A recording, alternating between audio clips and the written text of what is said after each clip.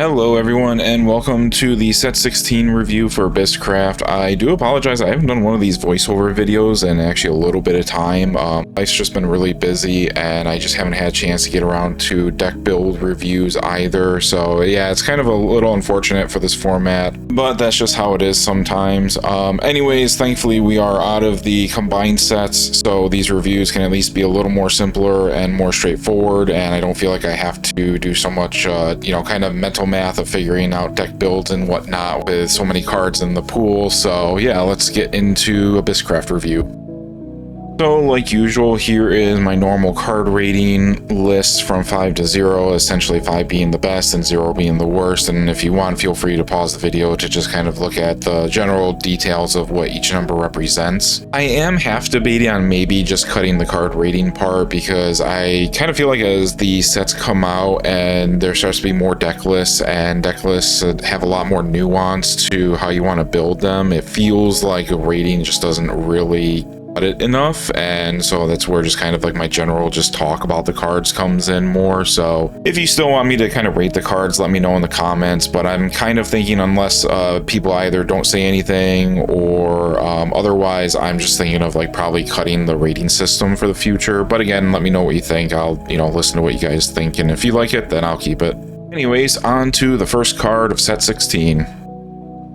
Cerberus returns to us as one of the legendaries as Cerberus Hellfire Unleashed. She's a 4-cost 3/3 follower that on fanfare you summon a Mimi right paw Hellhound and Coco left paw Hellhound token, and if you have Necrocharge 10, they get Storm. Cerberus also has an activate ability where you can engage her and bury another follower to select an enemy follower on the field and deal it 2 damage, and with the usual default options that you can sacrifice being either the right paw Hellhound or left paw Hellhound token. Shifting over to Mimi right paw Hellhound, it's a 1-cost 2/2 follower with last word, select an enemy follower on the field and deal 2 damage and bury the top card of your deck. And then Coco left paw Hellhound is also a 1-cost 2/2 follower with last words, give your leader 2 defense and bury the top card of your deck. It's probably pretty obvious. The idea is you play Cerberus, you get both of the Hellhounds, and then you tap Cerberus and sacrifice one or the other to deal 2 damage, and then based on the last words of the other Hellhound that gets sacrificed, you can either deal a follower 2 more damage and bury a card, or heal 2 and bury a card. The primary deck that is probably going to run this is Departed. I also have Necrocharge in there, which to me is kind of more the more common build I mentally always just think of as Necrocharge, because it's usually just a bunch of good cards that mill to get you cards in the late game to win the game. But I know meta-wise it's usually called Departed, so I just threw both up there, and the playstyle can change a little bit just depending on how you want to build the deck and everything. So, but in general speaking terms, Cerberus is meant mainly for, Cemetery Necrocharge based decks. One other thing to note that's kind of neat is the Spider being 4, you do get 5, or I guess in this case 6 play points worth of value on the board. So even if you don't want to tap Cerberus and kill a Mimi or Coco to do more stuff, you could instead pay 1, tap Cerberus and one of the 2 other Hellhounds to at least maneuver the Magic Train as well. And it's technically 1 play point cheaper than the traditional route of playing a 5-cost and then paying 1 to tap to maneuver the train.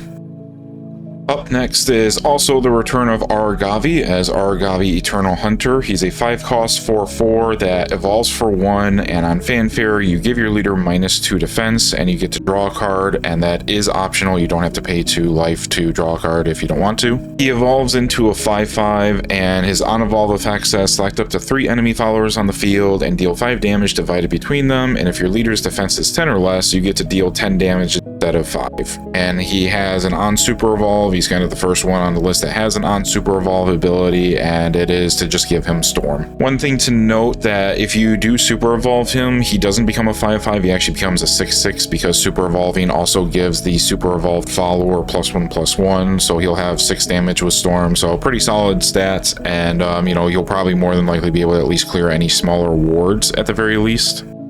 Probably the most obvious deck that everyone will think of that he can go in is Sanguine, which makes sense considering, you know, he's Argavi. He usually is in Sanguine based decks, and especially since you can activate Sanguine off of his fanfare effect. However, I don't really think you'll really get any Sanguine effects to go off, because at 5 play points, that's already, you know, even on a 10 play point turn, that's half your play points. Sure, maybe you can win this later on in the game, like 7+, but usually if you're going to play him on turn 6 or 7, that's pretty much all your play points, so you're really not getting any more bonus Sanguine effects. Despite that, however, I think I can see him still being played. You can tutor him with Blood Moon because he is a beast follower, and he's just kind of like meant to be the replacement, like late game, I guess. Well, in my case, I ran Cerberus, like OG Cerberus, as like a late game 2-card, 2 Evo slot option in the late game to get the extra Mimi and Coco tokens for additional buffs and benefits. So Argavi will probably just replace OG Cerberus in my deck, because basically his on evolve is everything that Cerberus would want to do anyways, and then his on super evolve just basically would be like the additional damage that the +2 Mimi Coco token, I can't remember if it's Mimi or Coco, that gives the +2 attack, but basically the storm is like all the damage you would probably get from a Coco or Mimi, the +2 attack one anyways. So he kind of fits the same niche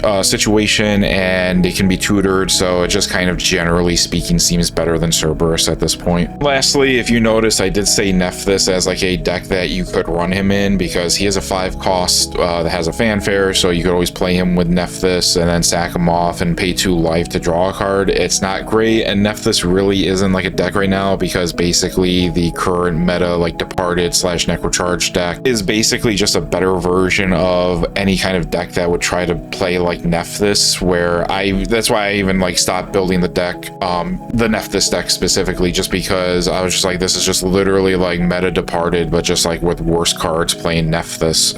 But if you're still like, you know, enjoy playing Nephthys, that's really cool. I definitely respect it, and yeah, just something to think of if you want to maybe throw it in the deck.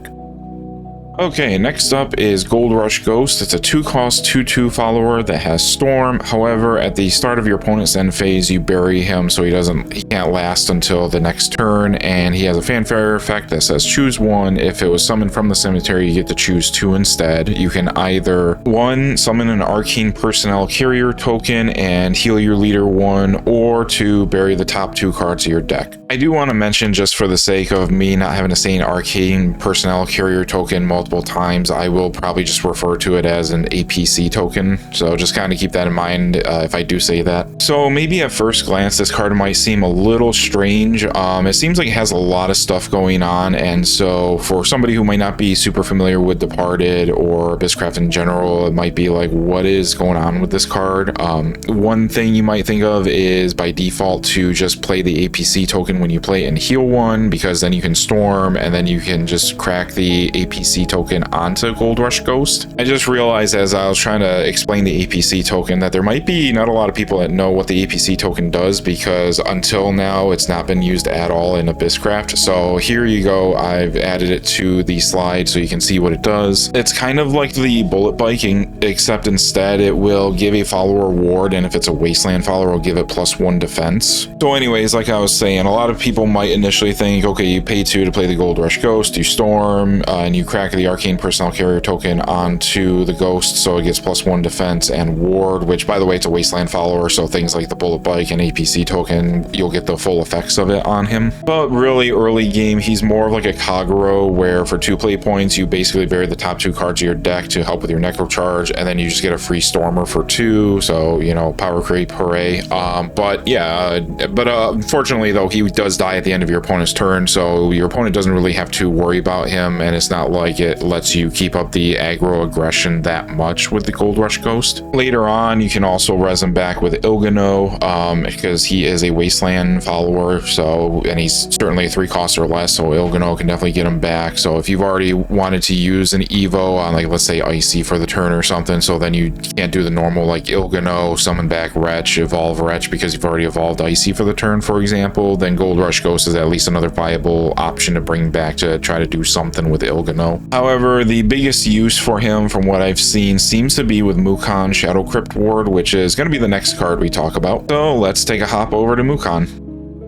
Mukon Shadow Crypt Ward is a 3-cost 3/3 that evolves for 1, and on evolve it says whenever a departed follower is put onto your field, give your leader 1 defense, and on evolve you select a departed follower that costs 3 or less in your cemetery and summon it, and on super evolve you select a departed follower that costs 3 or less in your cemetery, summon it, and give it a sale. Do keep in mind that when you super evolve you get both the on evolve and super evolve effects, so you basically, if you super evolve him, you get 2 departeds that cost 3 or less, and one of them will get a sale, which I suppose the best choice off the top of my head that I can think of is Wretch, where you can at least just rush and assail him into some follower to clear like maybe a ward on the board. However, there's also Great Pick Corpse as well as a viable 3-cost or less follower, which does work well with Gold Rush Ghost because you can summon both Great Pick Corpse and Gold Rush Ghost, do the fanfare of Gold Rush Ghost first to get an APC token and heal 1, and mill 2 obviously as well, but in this case we're just really worrying about the APC token because then the Great Pick Corpse can sacrifice the APC token to deal 4 damage to an enemy follower, but with Great Pick Corpse's own effect, basically the APC token just comes back onto the board. But I've also seen some games where they will just summon 2 Gold Rush Ghosts and essentially heal 2, mill 4. You got 2 Stormers, you'll probably at least get 1 APC token, but if you have something like the Magitrain on board, you might only get 1 APC token on the board and the other one might just kind of fizzle, but you'll still heal 1 regardless. But you know, kind of depend on the board state at that point. Also, don't forget that you'll heal essentially 2 with Mukon as well, so if you do decide to do Mukon Super Evo and bring back 2 Gold Rush Ghosts, you'll essentially heal 4, 1 for each of the Gold Rush Ghosts, and then Mukon twice for the 2 Gold Rush Ghosts coming back. Also,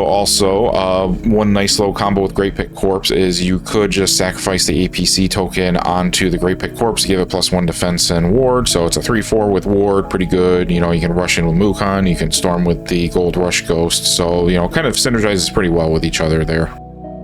Okay, that was a lot to talk about for the legendary, so now we're on to the golds, and the first one is Balto Dusk Bounty Hunter. He's a 2-cost 2/2 with a fanfare that says choose up to 3. You can either 1, pay 1 play point and select an enemy follower in the field and destroy it, 2, pay 1 play point and give this follower +2/+2 in ward, so it basically becomes a 4/4 with ward, or 3, pay 1 play point and give this follower +1/+1, draw 2 cards and discard a card. Long story short, he's just a pretty modular option depending on what turn you're playing him. On turn 2, he's just a 2-cost 2/2, so you really don't want to play him on turn 2. On 3, you get 1 option. On 4, you get 2 options, or on turn 5, you get all 3 options if you want. So, at least off the top of my head, I know he can clearly be running 2 costs because you could at least play him on the odd cost turns like 3 or 5. But I believe I've also seen him run in things like Festive, and I don't think Departed, but I feel like there was like maybe one other deck people have tried to run him in. So like you can kind of dabble with him, but I think 2 costs is kind of the best choice, and then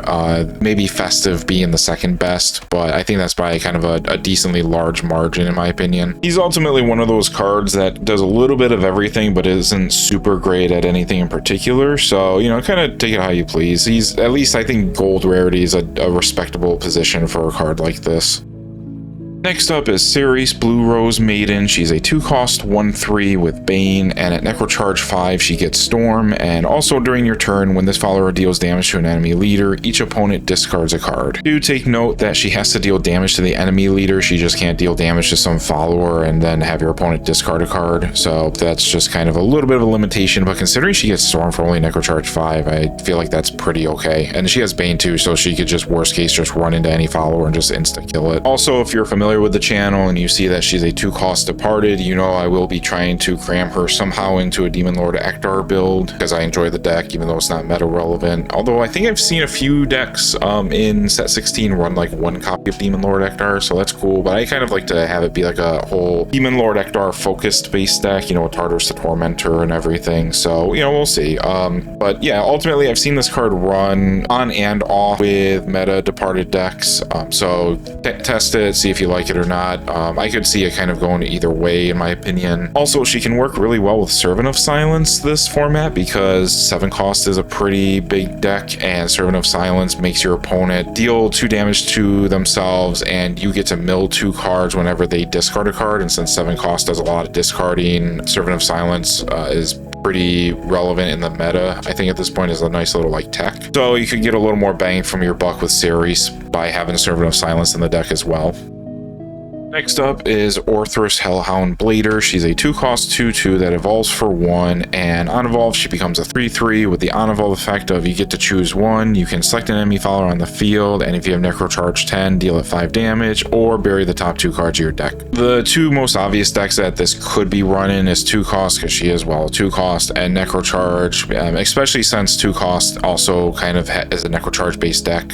They definitely want at least Necrocharge 10 for most stuff, so you could run it as like a 3 play point turn. However, for the effect, it doesn't really seem worth it in my opinion. Normally paying 2 play points to get a card that mills 2 is kind of common at this point between Kagero and Gold Rush Ghost, so having a card cost 2 as a 2/2 and costing an Evo slash, you know, 1 more play point just to bury 2, which, let's be honest, is probably what you're going to do most of the time, seems kind of lackluster. And later on in the game, you're going to have better things to evolve than a 2-cost 2/2 into a 3/3 just to deal 5 damage to 1 enemy follower. I mean, Wretch does that like pretty easily for essentially 2 play points, because you're normally just going to play him with Ilgano and then just banish Ilgano and summon the Wretch and evolve the Wretch and deal 5. And at least in that case, you're also getting a 4 damage Stormer. So it just seems like she doesn't really fit into anything like real solid. That's why I kind of put her as 2-cost more than Necrocharge. And by Necrocharge, I also mean, you know, more meta departed decks. Next up is Yuna, Occult Hunter. She's a 1-cost 2/2 that on Fanfare you can either put 2 Ghost tokens or 2 Force Bat tokens into your EX area. So by default, she's obviously best in both Vampire and Ghost. However, I could possibly see an argument for her being running 2-cost as well, because you could always summon one of the Ghosts on a turn that you have a free play point, and she'd be an easy setup card for turn 1 for 2-cost, because, you know, she costs 1 and 2-cost normally just has literally no cards to play on turn 1. But even further than that, she's literally like kind of the first 1 play point Abysscraft follower that has no downsides and only upsides, that if you're kind of struggling to find some 1 play point card to play on turn 1, you could just throw her into the deck. I mean, outside of Vampire and Ghost, of course. In the case of Vampire and Ghost, you're more than likely just going to run her. She's just a good 1-cost 2/2 that just gives you the exact tokens you need for later turns. So yeah, ultimately I do like her. She seems pretty solid, and a welcome addition to the list of cards to play. Up next is Soul Predation. It's a 2-cost spell that says select an enemy follower on the field and a follower on your field, destroy them, and draw a card. So this is a pretty ubiquitous card, but definitely Ilgano, Horror Stray, and Ghost tokens would be kind of the best options with her, along with probably, you know, Forest Bats as well as a third best option. I don't think it's run as much as something like Soul Conversion, especially since it costs 2 play points instead of 1 like Soul Conversion, but it's definitely a card that I feel like any Abyss player should just at least grab like 1 playset of, especially with it being silver. It should be like dirt cheap, and it could be used in many different decks that you can kind of keep in mind while building. Alright, now we're starting to get to some of the rougher cards with Vlad Impaler. He's a 7-cost 4/4 that can evolve for 1. He does have Storm, and on Fanfare you deal 3 damage to each enemy follower on the field. So that does get around Aura because it's not selecting anything in particular. And I guess the best application for this card would be Liad in his base form, because he has 3 defense. But by turn 7, I mean, I'm imagining any Liads on the board are probably going to be evolved with 4 defense. So that's not super great. On his evolve, he becomes a 5/5 and he gets Storm and Drain, so he still keeps the Storm from his base form, but he essentially just gets Drain as well, so he can heal. But yeah, he's kind of really expensive at 7, and even with Death's Breath bringing him back, that's still pretty expensive. I don't really see him worth it, and he doesn't really do anything with the Vampire archetype either, with, you know, him being a Vampire attribute card. So I think this card is kind of hitting all the bad points of any deck that it wants to be running. Up next is Arrow Moonstruck Vampire. She's a 4-cost 3/3 that on Fanfare you get to summon 2 Force Bat tokens, and you can act, engage her, and give a Vampire token follower on the field +1/+1 Rush and Drain. I think she's a pretty straightforward Vampire card that, other than just her normal effects, the only thing I just wanted to mention else was you could potentially maneuver the Magic Train with her and one of the Vampire bats that you summon, but other than that, it seems pretty straightforward. I'm not sure if she's really using any bat decks in the long run. Like, she doesn't seem bad, but she also doesn't seem to really carry any solid weight of effects. So, you know, not sure. I guess I'll check out in future sets when I get around to it. Next is Minnow Shrewd Reaper. She's a 1-cost 1/1 that has Act. Engage this card, select an enemy follower on the field and deal 3 damage, and you can only activate if you have at least 10 cards in your cemetery. I'm not sure why they don't just say you can only activate if you have Necrocharge 10, or just say Act Necrocharge 10 and engage this card and deal 3 to an enemy follower. But regardless, even though she's departed, I really just don't see her being used in anything. I mean, early game, she's just a 1-cost 1/1 that does nothing, and she doesn't have any useful effect until the more mid to late game at 10 cards in cemetery. So at best case, maybe you'd run her as a 2 of, maybe even just a 1 of, but at that point, like, why even run her then? Just run something else that is just generally speaking better. So yeah, I mean, I feel like I'm kind of stretching here, trying to figure out what a deck could run her in, but yeah, I think she's just kind of meant for the bulk bin. Okay, the penultimate card here is Beryl Nightmare Incarnate. She's a 4-cost 5/5 that on Fanfare you deal 3 damage to your leader. However, the upside, I guess, is that on strike you can give your leader 5 defense. I don't really consider this a great card, and in best case it's probably just good in Sanguine. But even in Sanguine, there's just way better options than something like this. This definitely just seems like a bulk kind of card, where with Minnow I was at least trying to stretch and get it useful for something. This just seems like a card that just has like no purpose, so it's kind of real bad in general. I'm like legitimately trying to mentally think of like some use for it other than just like I said in the notes here of like Bullet Bike or Wings of Lust to try to get rush on the card to have it do something more, but it is just that bad of a card. Okay, at least we don't have a complete blowout for the last card of the set, which is Shadow Crypt Memorial. It's a 1-cost amulet that says Fanfare, bury the top card of your deck, and then you can act and engage this card and bury it to summon a ghost token, but you can only activate it if a follower on your field evolved this turn. Based on the art, and I believe it was meant to synergize well with Mukon and Digital, it was obviously meant to be used with Mukon, where you evolve Mukon and you summon back a departed, and you can also get a ghost back with this, which would also trigger Mukon so you could heal as well. But most decks don't run Shadow Crypt Memorial with Mukon. They run Mukon, but I've never seen a Mukon with Shadow Crypt Memorial deck together. I think the main issue is there's other good 1-cost amulet or spells that help you mill more, that just getting a ghost from some follower evolving is just very mediocre and just kind of okay. Otherwise, the only other deck I can think of that would want to run this is Ghosts. You could play this turn 1, bury a card, and some ghost cards do have like a Necrocharge 10 effect, so it certainly helps a little bit to that degree. But then later on like let's say turn 5 or 4, if you're going second, you have an Evo point, you could summon Masquerade Ghost, evolve him, that would trigger the Shadow Crypt Memorial, get you a ghost that you can storm in for 2, and then the ghost will die and it will give you a Gargantuan Ghost. So it's weird that both Mukon and Shadow Crypt Memorial design wise are meant to go together, but in practice they actually are like just not played at all together. Also, just one last thing, I really do like this artwork. Like, just I like this solemn, you know, graveyard kind of melancholy kind of like art vibe that it's giving. So, you know, 10 out of 10. I mean, granted, obviously melancholy is not like a super happy mood or feeling, but you know, as far as like conveying that kind of feeling with the art, I do think that is portrayed pretty well with the art. And that's pretty much it, guys. As always, thanks for watching, and don't forget to like, comment, and subscribe if you want. And if you have any questions, leave them down in the comments. And have a great set 16. Bye-bye.